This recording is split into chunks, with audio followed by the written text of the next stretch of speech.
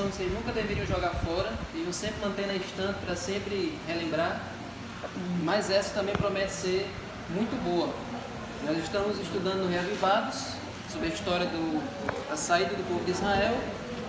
E essa primeira semana foi um resumo ali de tudo que teve no capítulo 1. Ali do nascimento de Moisés, ali da origem de Moisés.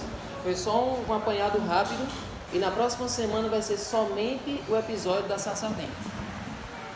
Cada dia da próxima semana vai ser só a sarça ardente. Mas vamos recapitular a semana passada. Vamos para Êxodo 2, do 23 ao 25. Êxodo 2, do 23 ao 25.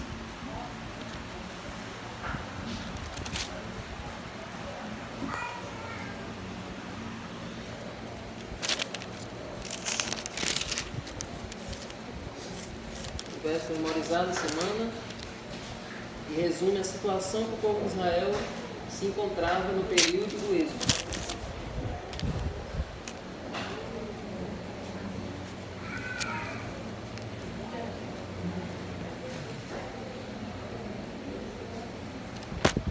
Diz o seguinte: os filhos de Israel gemiam por causa da sua escravidão. Eles clamaram e o seu clamor chegou até Deus. Deus ouviu o gemido deles e lembrou-se da sua aliança com Abraão, com Isaque e com Jacó. E Deus viu os filhos de Israel e atentou da situação deles.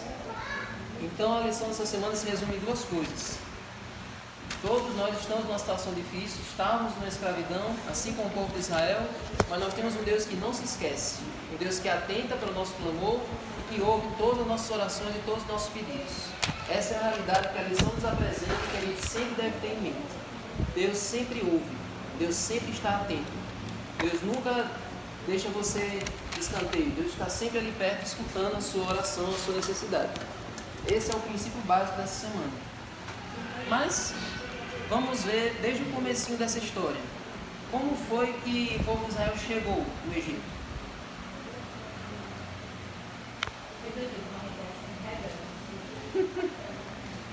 Como é que eles foram parar lá? Não, mas eles foram para lá por causa da vegetação. Exatamente. No caso de José, ainda estava por lá.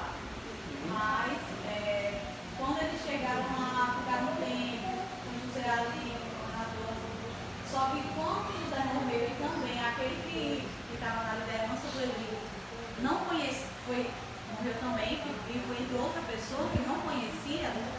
Então aí eles começaram a pensar: rapaz, esse povo parece que se multiplica que nem coelho, né? Só, que você mata um, aparece um. Não, a mesma coisa. O povo lá aumentava, e ele começou a ter medo. Será que esse povo aqui não vai fazer uma rebelião para tentar roubar a liderança do Egito? E aí começaram a oprimir o povo, colocar trabalhos árduos, difíceis, tornar a vida deles difícil, para que não houvesse interesse de algum momento eles se rebelarem ou ter força para ir contra o governo. Pois é. Então aí ela fez um resumo, né, como foi que o povo de Israel chegou no Egito e ficou naquela situação. Aquela situação que o povo de Israel ficou, de cativeiro, de escravidão, ela tinha sido profetizada por Deus para Abraão muitos anos antes. Quer ver onde está essa profecia? Deus disse para Abraão que o povo de Israel iria passar por aquela situação de escravidão. Ou seja, não foi uma coisa acidental, Deus tinha dito que ia acontecer. Onde foi que Deus disse isso? Vamos voltar para Gênesis. Gênesis, ali.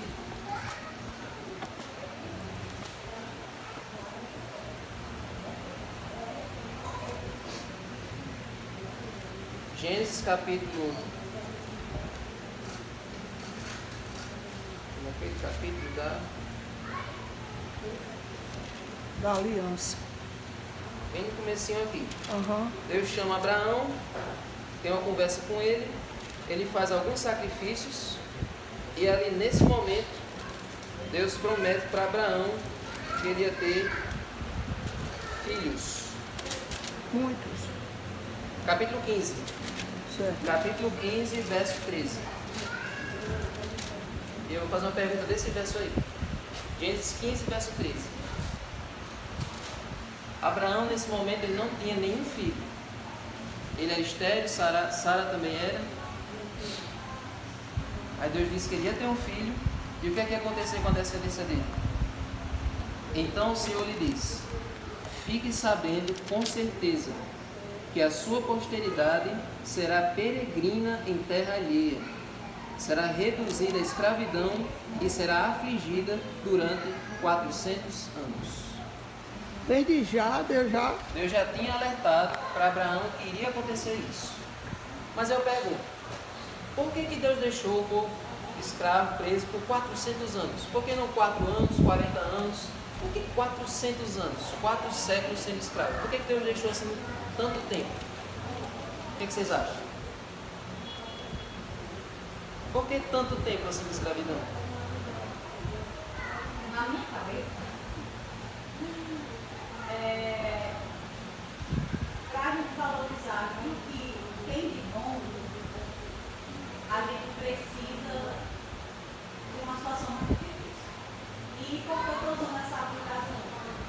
Porque no Espírito de Profecia fala que o pecado nunca mais se levantará. Mas por que fala que o pecado nunca mais se levantará? Porque a gente tem que até assim, nós temos medo, né? Que a gente, enfim, tem um livre-arbítrio, tudo sozinho. É tão ruim que a gente está vivendo aqui, e quando a gente for viver o que é bom de verdade, a gente jamais vai querer sonhar em voltar para essa realidade. Então, eu creio que esse período, esse episódio de escravidão, é uma forma de daquela vida dura ser assim, tipo, uma lembrança. Ó.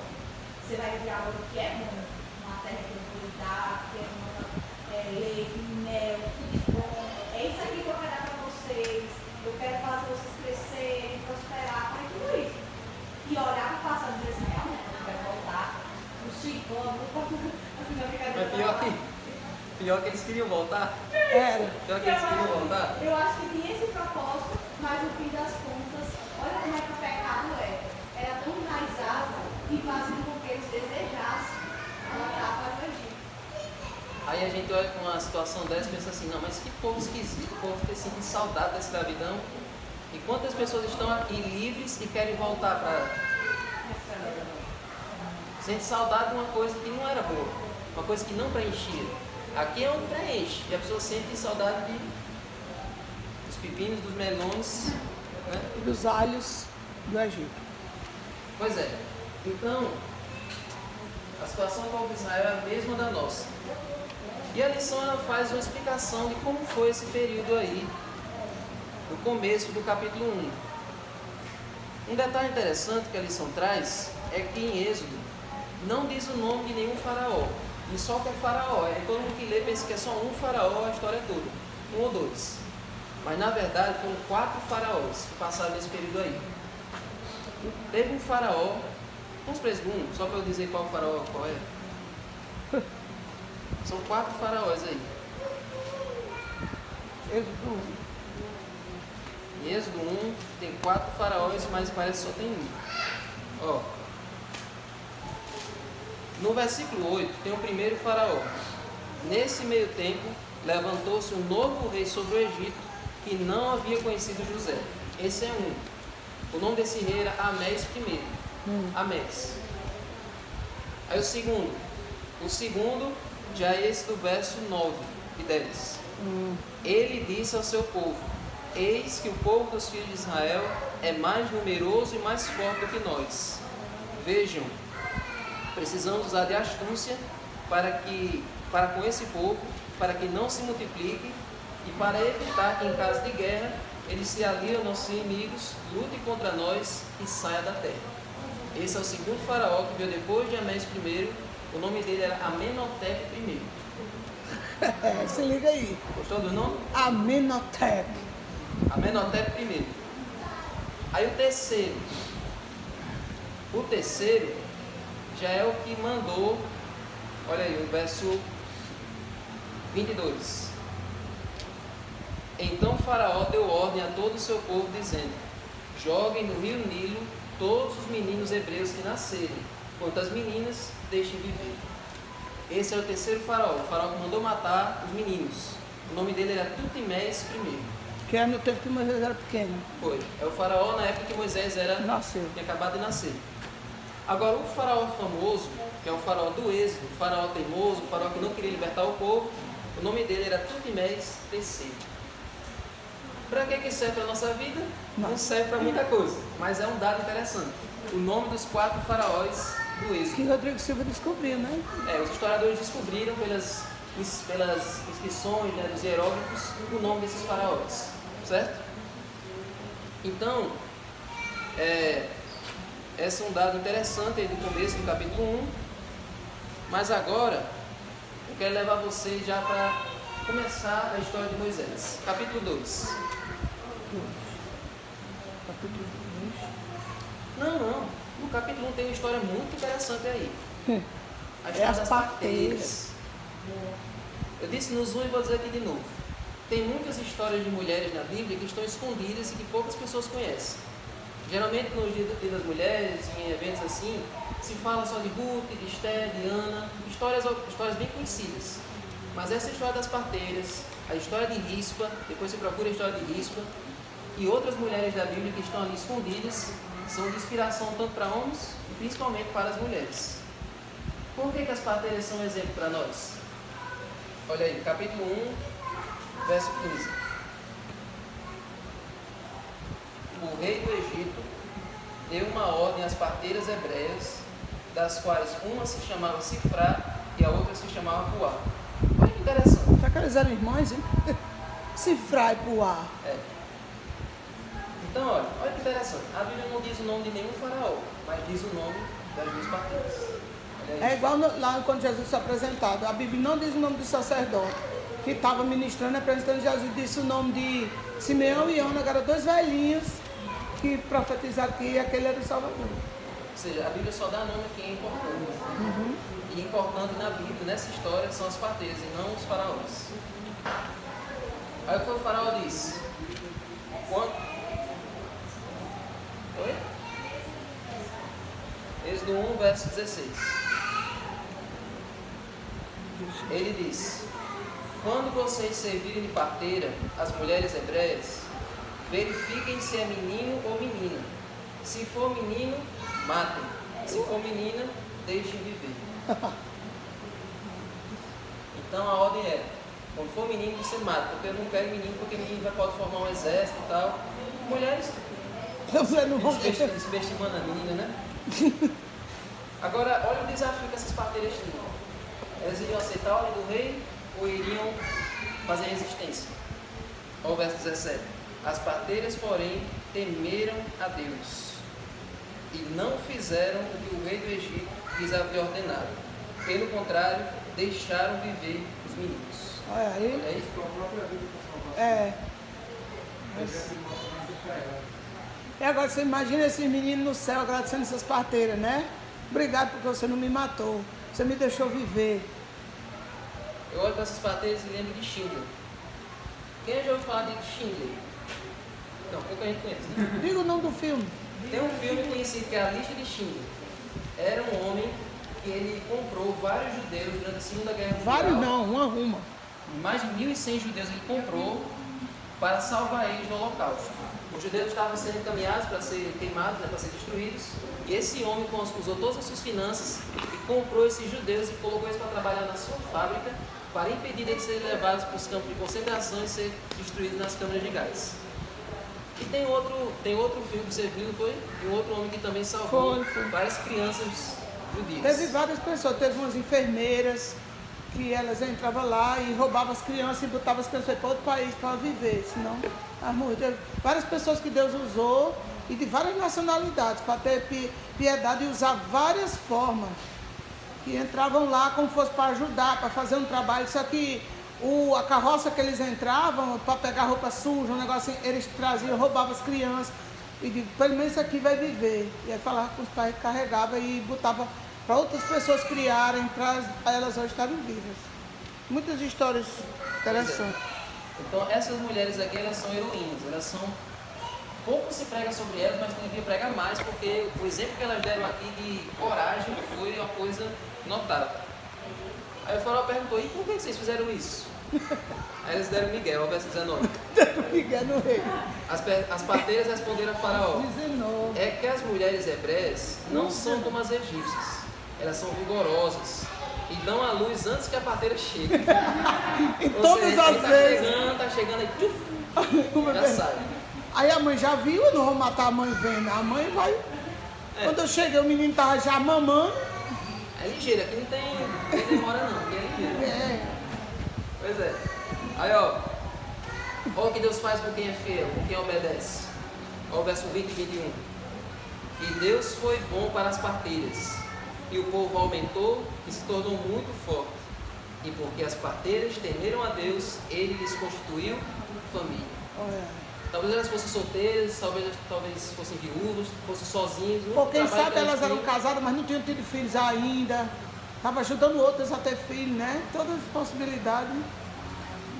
E pela obediência delas, Deus construiu família para elas. Abençoa a vida delas. E a pergunta do final da terça é: as parteiras sabiam o que deviam fazer e fizeram. Qual é a lição para nós? Quem que aprende com elas? A gente sabe o que deve fazer?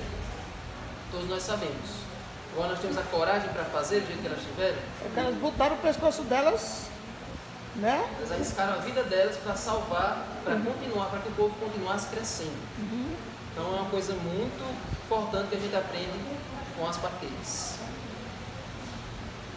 Agora vamos para Moisés. Um chegando em Moisés. Vamos, capítulo 2, verso 1 e 2. Diz assim: um homem da casa de Levi casou com uma mulher da mesma tribo. A mulher ficou grávida e deu à luz um filho. Veja que ela deu à luz esse filho durante o decreto que era para matar os meninos. Ou seja, já teve no meio da pressão. Vendo que o menino era bonito, escondeu-o durante 3 meses. Agora para para pensar nisso. Aí eu fico pensando, e se ele fosse feio, ela não ia fazer o mesmo, não? É interessante esses detalhes. Porque uma mãe nunca. Eu penso que isso aí, na verdade, eu digo assim, ele é bonito, eu acho que eu vou conseguir, nem que se eu passe um bom tempo, qualquer coisa, que fizesse que ele ganhasse uma permissão para sobreviver. Porque assim, será ser perseguido. Deve ser feio. Feio. Era mais, né? Meu Deus do céu. Não, mas é verdade, tem gente que, por exemplo, por causa da beleza, consegue chegar a lugares. A gente tem exemplos na Bíblia disso. A mulher de Abraão chegava em lugares que chamava logo a atenção das pessoas e tipo, a pessoa lá cuidava, né? Nem sei o que, vem aqui, me até 2 vezes, inclusive, que era irmã. Isso que ela já era idosa. Ela já era idosa nessa época. Ela era novinha com 30 anos, 25 não. Ela já tinha mais de 60 anos nessa época. E mesmo assim, chamava a atenção a ponto de aquela nação tratar com cortejo. Então eu acho que esse detalhe na Bíblia tipo assim, ela percebendo que poderia ser uma arma que ajudasse ela de alguma forma. E a gente sabe que o bebê quando nasce, ele não fica tão lindo. E como ela já viu que ele era bonito, mesmo recém-nascido, né, que ela pensou, ei, daqui a uns meses aí, Não, diga não. daqui a uns 2 ou 3 meses. Eu sei que ela vai dizer. Diga. Daqui a 2 ou 3 meses, ele vai estar bem mais robusto e mais bonito. Então, pode ser que eu consiga fazer com que ele sobreviva. Eu acho muito isso, esse detalhe. E aqui, Fala, gente. isso que você falou é interessante, mas tem um detalhe aqui do bonito, que no original a palavra quer dizer bom. Não é só bonito de estética, quer dizer que o menino é bom. E essa é a mesma palavra que Deus usou na criação para dizer, ó, e viu Deus que tudo era bom. É a mesma palavra que usa aqui para Moisés. Então é mesmo que dizer assim, olha, eu estou tendo esse filho, mas eu estou vendo que Deus tem um propósito especial para ele. Ele está nascendo nesse momento difícil, porque Deus tem alguma coisa para ele. Deus não vai deixar esse menino nascer num momento desses para morrer. Então, Joquebede tinha essa noção. Moisés nasceu naquela situação com um objetivo. Mas aí o que eu mais chamo a atenção nesse verso é o final do verso. Escondeu durante 3 meses. Como é que você esconde um bebê durante 3 meses? Aí. Claro, né, Deus? A criança vai calar, não vai fazer soltar. É difícil uma criança que não chora, que não faz alarde, né? Você não chorou, não? Ih, pronto, é uma... Você só chorou até o 2º mês. Quando você chorava, a gente metia comendo na sua boca. Pronto, você só contava. Mas Joquebede não tinha essa riqueza toda pra... E nem nós tínhamos. Pois é, mas... Você ia dormir 9 horas da noite, só acordava às 5 da manhã. Mas eu chorei por 2 meses. E o Moisés não chorou por nenhum dos 3 meses. Ele ficou lá. Como é que a pessoa esconde um bebê durante 3 meses? O bebê precisa pegar banho de sol, precisa, né? Não pode ficar. E as fraldas que ele tinha que lavar, estender, como é que ela fazia? É um contexto totalmente diferente do que nós temos em casa. Então, realmente é um milagre se esconder de uma criança por 3 meses. Eu consigo assim tentar imaginar. E sem É contar porque a o gente tem tanta coisa no nosso tempo, sem né? contar o medo da mãe, saber que se aquele menino fizesse uma zoada diferente, passasse alguém, chegava no ouvido de Faraó. E aí, falava tudo, viu? Alguém podia denunciar, dizer, olha, meu filho... Porque sempre na história da Bíblia tem algum fofoqueiro que vai até os caras. Não só na história da Chinol, Bíblia. Chinol, lembra? O Gino, não só na história da Bíblia, né? Precisou fugir para outro país. Então, certeza. Deus controlou tudo. Exatamente, ele até essa explicação. Eliette foi bem no. Eliette foi bem no. A gente aqui com hipótese, você foi direto com a inspiração. Tá? Deus quer fazer ficar certo, quando Deus quer fazer ficar surdo. Como diz o caminhoneiro, quando Deus quer é assim. Deus quer assim. Pois é. Então, somente Deus para esconder um bebê ali por 3 meses, porque alguém poderia fofocar, os soldados poderiam entrar para revistar para ver se tinha algum bebê ali. Enfim. Quando Deus cria uma criança especial, ele já viu isso. É, Ele faz tudo corretamente. E até criança consegue ver alguma coisa. Deus consegue colocar as coisas boas e ele controlar até isso. Como foi na vida dele, até eles formaram com lixo. Porque Deus cuidando dele. Exatamente. Começa tudo criando. Ele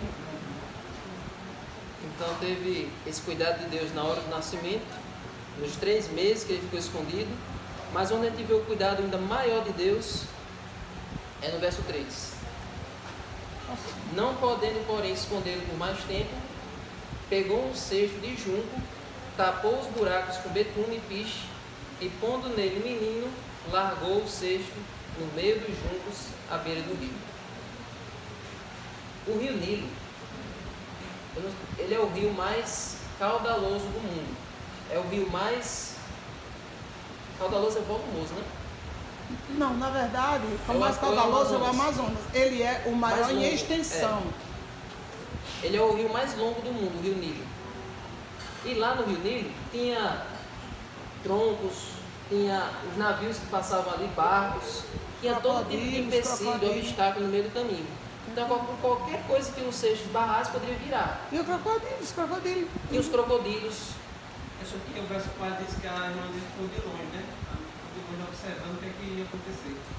Quando ela viu o cestinho, Foi atrás, é. a mãe tomou essa decisão.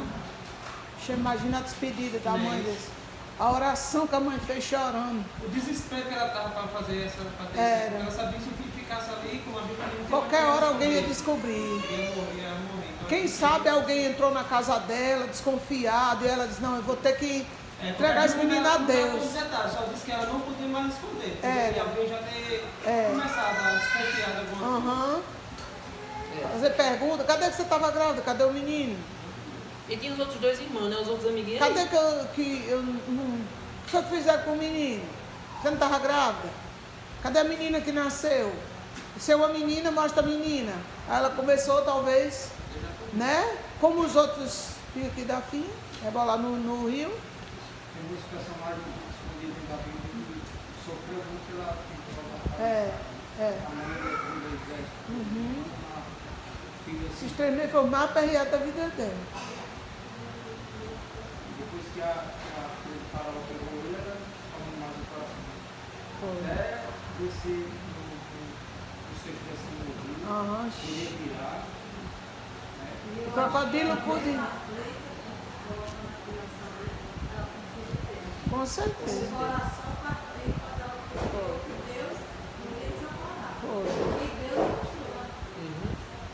Deus mostrou, exatamente. Deus recompensou aquela coragem dela, porque aí a filha do faraó ficou ali feliz com aquele bebê que apareceu do nada para ela. Ela não tinha filhos. Nós estamos sabe o que, Davi? Que com as parteiras, quando nós estamos ao lado de Deus, muitas vezes nós vamos ter que tomar decisões difíceis. Né? E Deus ele já está falando,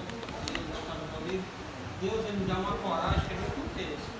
Nós vemos as parteiras, nós vemos a mãe de Moisés, nós vemos as histórias dos homens da Bíblia, Daniel, o restante do pessoal. Sempre, oi? Não, tem que ela falando aquilo, eu achei super interessante. Então sempre Deus ele nos dá uma coragem, principalmente, a gente por si só para a natureza humana vai ver Deus. Mas perto de Deus não. Mas Deus ele nos dá uma coragem que a gente fica besta quando toma aquela atitude. Então veja que realmente uma coragem que essa mulher teve. Nós aprendemos a tomar a melhor decisão que fizer. E mesmo Miriam, né? Porque era uma criança, uma menina, quer dizer, ela podia ter dito, a filha do faraó pegou pronto, ela corresse para casa e disse, mãe, pronto, mãe. A filha do faraó achou o menino, já levou, mas não, ela seguiu e ela teve a ousadia de falar que aquela menina podia ser pega como escrava ali, nunca mais ver nem a mãe, nem o pai, nem o outro irmão, né? Ela podia ser mandada matar. Quem é você, menina, para se meter aqui, né? Mas ela teve a ousadia, Miriam teve a ousadia de chegar e dizer, você quer que eu vá buscar uma mulher para amamentar? Porque tem um bocado de hebreu aí que perderam os meninos, então com os peitos de leite. Miriam foi visionária, foi ousada. Essa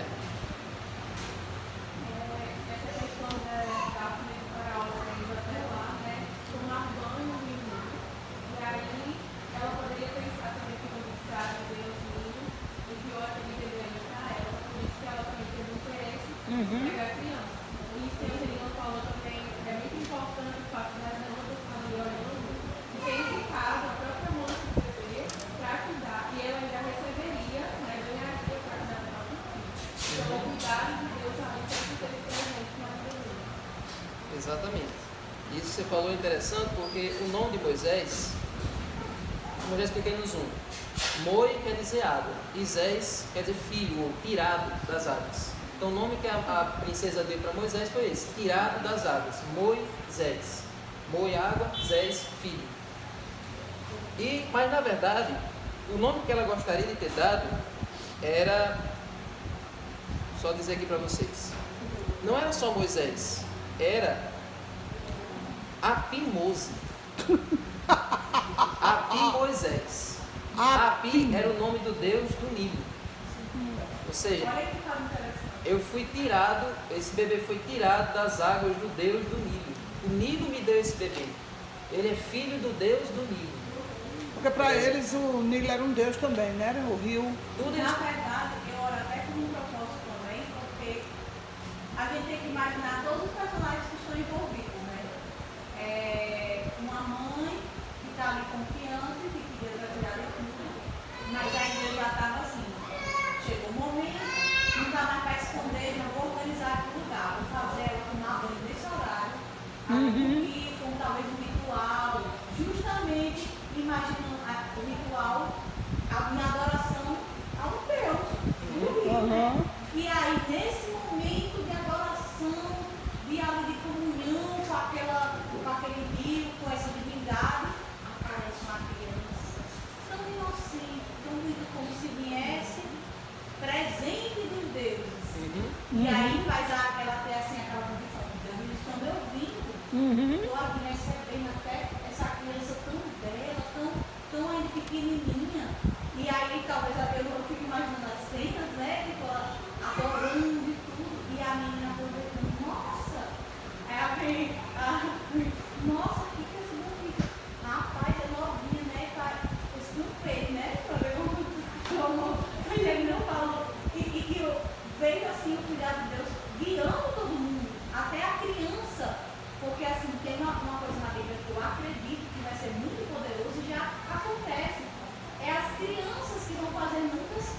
E vai ser tão surpreendente que as pessoas vão ser contagiadas e dizer assim, eu quero o Evangelho.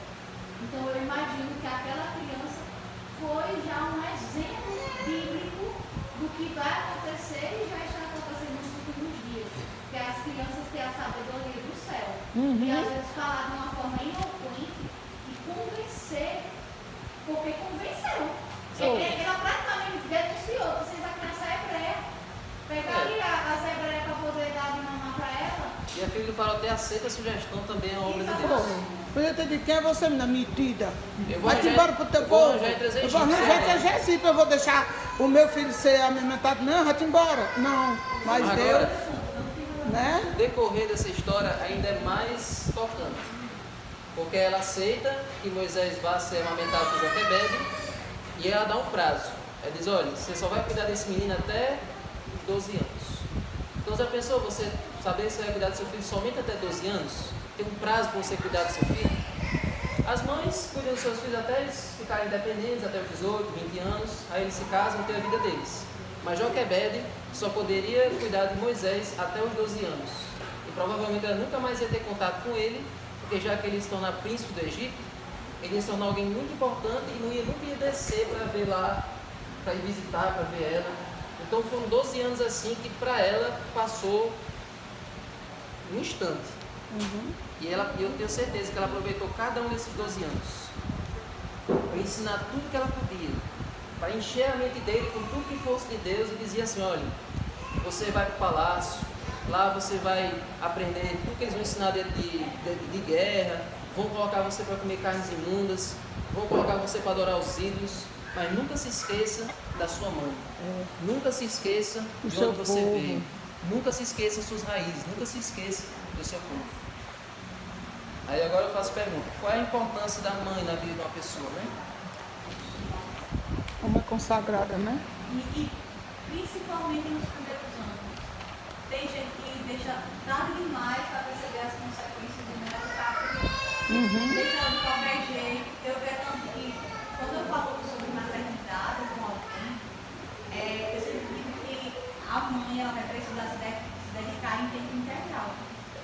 E tem muita gente que eu sei que tem a filosofia hoje de eu vou ter o filho, mas eu vou deixar o dia todo numa escola interna, ou então eu vou deixar com os avós, e com isso e assado. Mas a educação é sua.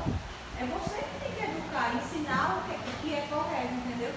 Então, esses princípios, eles são tão importantes e essenciais, e aí quando chega a fase da criança mais grandinha, acha ruim quando a criança tem tais atitudes que incomodam, que deixam desconfortável, mas é porque a infância ela não foi educada por você dia após dia. Ela foi educada talvez no pôr do sol, que você já chegou do trabalho cansado, fala uma coisinha aqui, mas o dia inteiro ela foi sobrecarregada com outras coisas, com outras mensagens.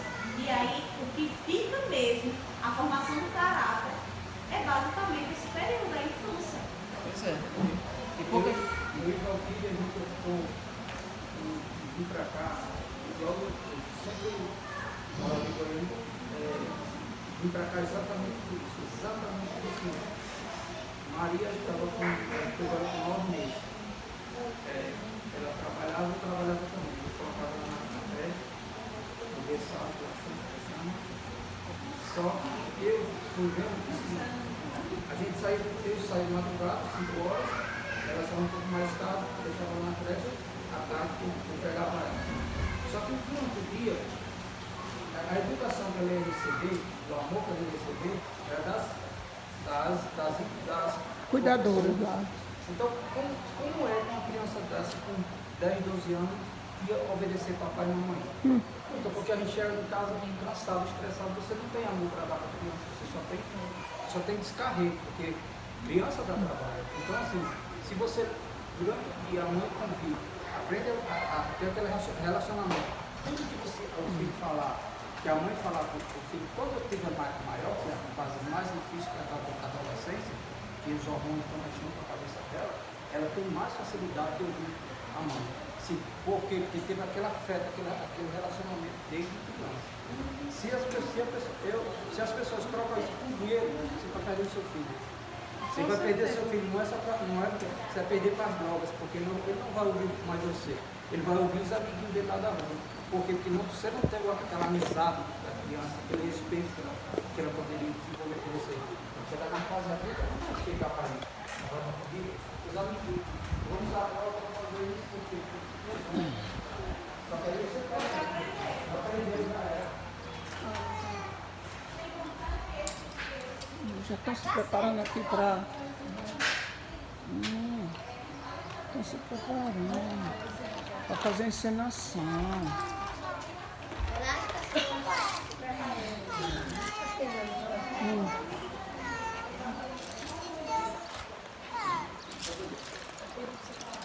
Seu professor da creche, Sim. trabalha com 16, 10. Se ela não for com auxílio, mas com falta. Não tem mais juízo não tem mais paciência.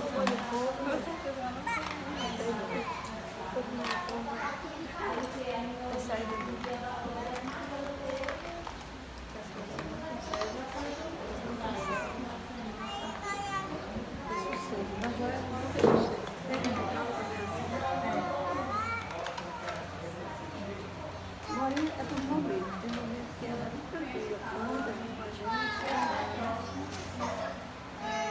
Há um momento que ela quer que você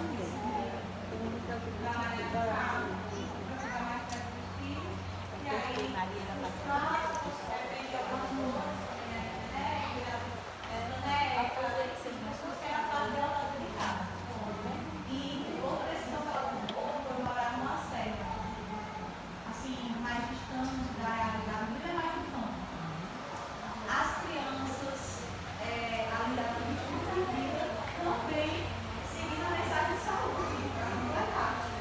Eu nunca vi crianças mais tão bem saudáveis da cabeça como essas. Crianças pequenas que até parece que o entendimento é de uma pessoa de, sei lá, de 30 anos já. A capacidade mental é diferente. Eu vi o que é que as crianças ficam na areia, nas árvores, correndo, gastando energia, caindo, se machucando, não ficam com o dia inteiro no celular. A mãe está perto, olha, convive com as crianças têm confiança, inclusive o pastor Diomédio, ele foi o último batismo, acho que se eu não me engano, onde ele ia embora realmente para outro lugar, foi o batismo que eu fui até com ele, foi em Jucurutu, que foi batizar justamente a menininha que ela já estava na idade, que aliás, eu acho que ela já estava com 7 anos, mas ela falou assim, você vai me batizar, e ela era assim, hoje cheia da moral, vai me batizar assim, porque o Senhor organizou aquilo, o Senhor, e assim falando como um adulto, não parecia uma criança, não pareceu. E aí o pastor Diomédio não teve mais saída. O pai e a mãe eram adventistas, ela queria muito, conhecedora da mensagem, se brincar mais que a gente, que a menina, mas olha como é diferente a educação.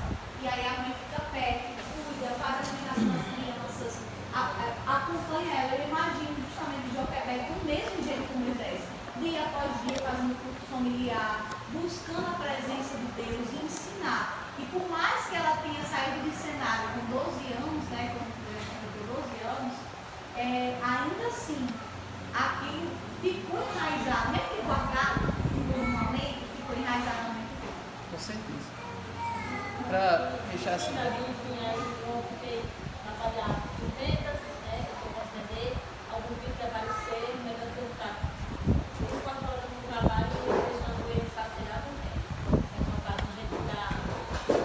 Presença é...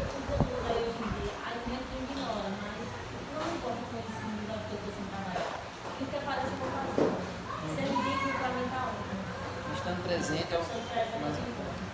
E para fechar essa ideia, pouca gente sabe, mas diante de Deus, no juízo, Deus vai perguntar para cada pai e cada mãe, cadê os filhos que ele lhe deu? E qual deve ser a nossa resposta? Isaías 8, 18.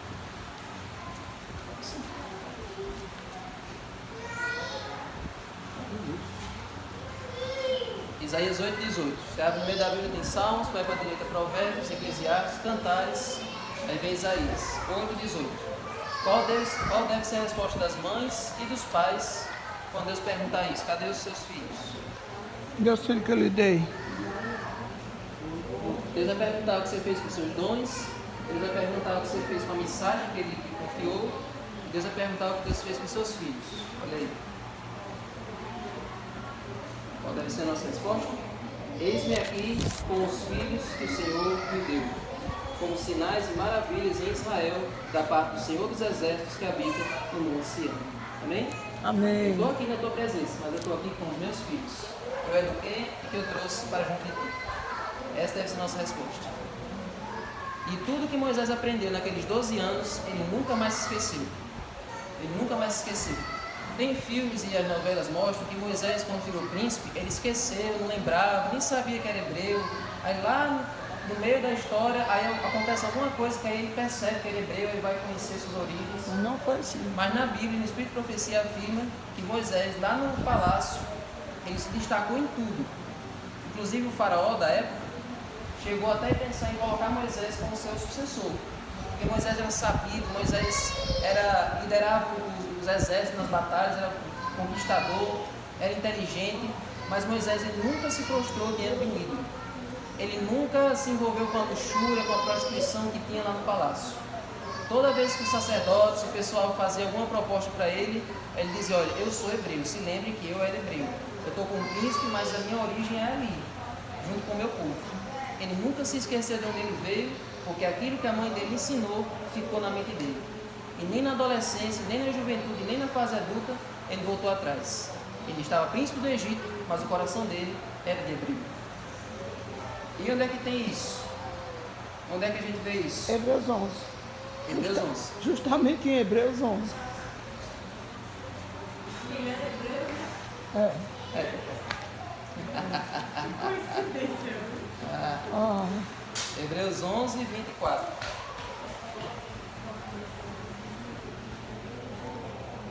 Onde é que diz que Moisés ele tomou essa decisão por conta própria?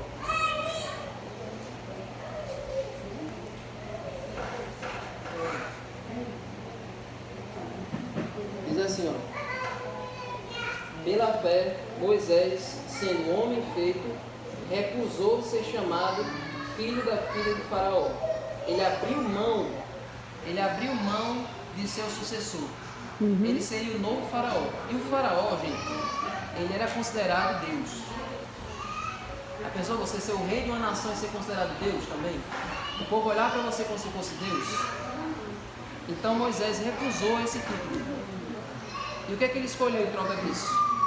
Preferindo ser maltratado junto com o povo de Deus a usufruir prazeres transitórios do pecado. Eu prefiro ser maltratado.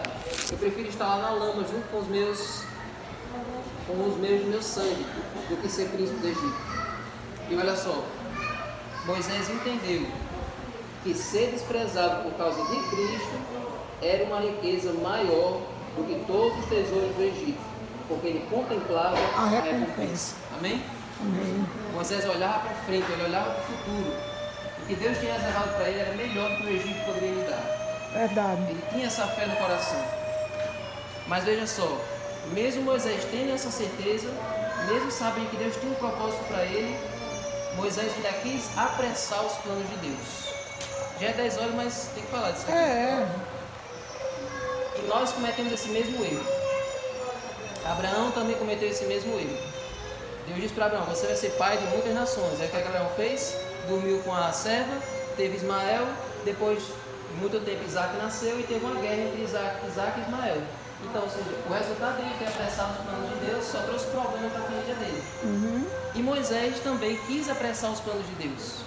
E como foi que ele fez isso? Não vou ler, mas vocês sabem da história. Ele chegou lá, os hebreus estavam trabalhando, e ele matou um egípcio que estava maltratando um hebreu. No outro dia, ele viu 2 hebreus brigando, aí ele foi tentar separar a briga e disse, então você vai me matar, como você matou aquele egípcio ontem. E aí o crime dele foi descoberto, foram contar ao faraó, e o faraó foi atrás de matar Moisés por causa que ele tinha matado o egípcio. Ou seja, Moisés tinha 40 anos, era naquela idade que Deus queria usar ele para libertar o povo. Mas como ele tentou se precipitar, ele atrasou os planos de Deus para a vida dele em 40 anos. Está chamando para 40 anos para você aprender. E quando a gente tenta apressar os planos de Deus, agora Deus diz assim, agora você vai esperar, você vai ter que andar agora na minha linha.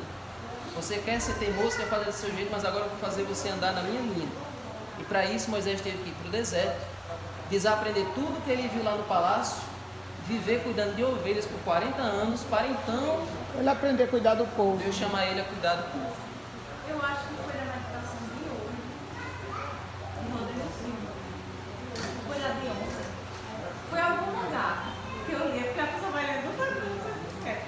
Mas foi, ou foi ontem ou foi hoje, que é importante que a gente às vezes retire da nossa mente aquele conhecimento para que as novas coisas possam. Foi hoje, né? Obrigada, e para que as novas coisas possam entrar na nossa mente. Então, talvez esse radicalismo, essa rebeldia, essa pressa, fosse já resultado, porque eu gosto muito do personagem Enoque na Bíblia, porque são poucas linhas que falam sobre ele, mas o Espírito de Profecia detalha muito o ciclo de vida que ele viveu. E uma das coisas que ele fazia é quando ele ficava sobrecarregado com a pressão, porque a gente vive no dia a dia com as dificuldades, com contato com pessoas que são mundanas, que não tem nada com Deus. E por mais que a gente vá influenciando, a gente acaba também recebendo uns respingos de influência negativa. Então aí tinha momentos que ele se retirava para passar assim, um tempo no deserto, de profundidade de novo, de aproximação com Deus, para depois voltar mais para essa realidade. E assim ele vivia. E eu imagino Moisés, podia estar convicto dos seus princípios, mas a influência do dia a dia com os egípcios fez com que contagiasse ele também de forma negativa, com o temperamento. E aí ele precisou desaprender aquele convívio durante 40 anos para esvaziar tudo de ruim que ele aprendeu e colocar aquilo que era bom. Então a gente também deve fazer isso no dia a dia, se a gente quiser se aprofundar na Bíblia. Até foi a mensagem de hoje de Rodrigo Silva. Quando a gente quer ter essa conexão mais profunda e o conhecimento mais profundo, a gente precisa entender que a gente não sabe de nada. Então a gente tem que esvaziar toda a nossa ideia de saber e dizer assim, Senhor, eis-me aqui, analfabeta, não sei nada. Me faz aprender a ler, me faz aprender a entender, a interpretar. A tudo que a gente aprende, parece que do ensino lá fundamental, né? Não é nem fundamental, é o antes, que é o jardim. O jardim vai aprendendo a ler, a entender o que está. A mesma coisa que a gente tem que pedir a Deus, porque aqui no dia a dia a gente é muito sobrecarregado com essas coisas, porque a gente está no meio do mundo, não tem o que fazer, a gente está em contato no trabalho, na faculdade, com os familiares que não são da igreja, que a gente também quer fazer o bem. Então, todo dia, e se a gente não pedir a Deus que a gente reaprenda todos os dias a ser como Ele e o conhecimento dele, essas coisas vão nos influenciar sim, negativamente. Exatamente. Gente, para encerrar essa lição, tem um pensamento que diz que a vida de Moisés é dividida em 3 partes. Até os 40 anos, Moisés pensava que era alguém. Ele achava que era alguém. Dos 40 aos 80 anos, agora ele achava que era ninguém. Ele não era nada, que ele era ninguém. E dos 80 aos 120, Deus mostrou que ele pode usar ninguém e transformar em alguém. E da mesma forma, nós passamos por essa mesma experiência. E Deus pode usar cada um que se acha ninguém, cada pessoa que se acha pouco, que não se acha nada, indigno. E Deus pode transformar em alguém poderoso na sua mão. Vamos ficar de pé? Então terminamos com Moisés chegando em Midian. Próxima semana vamos passar a semana toda na sarça dele.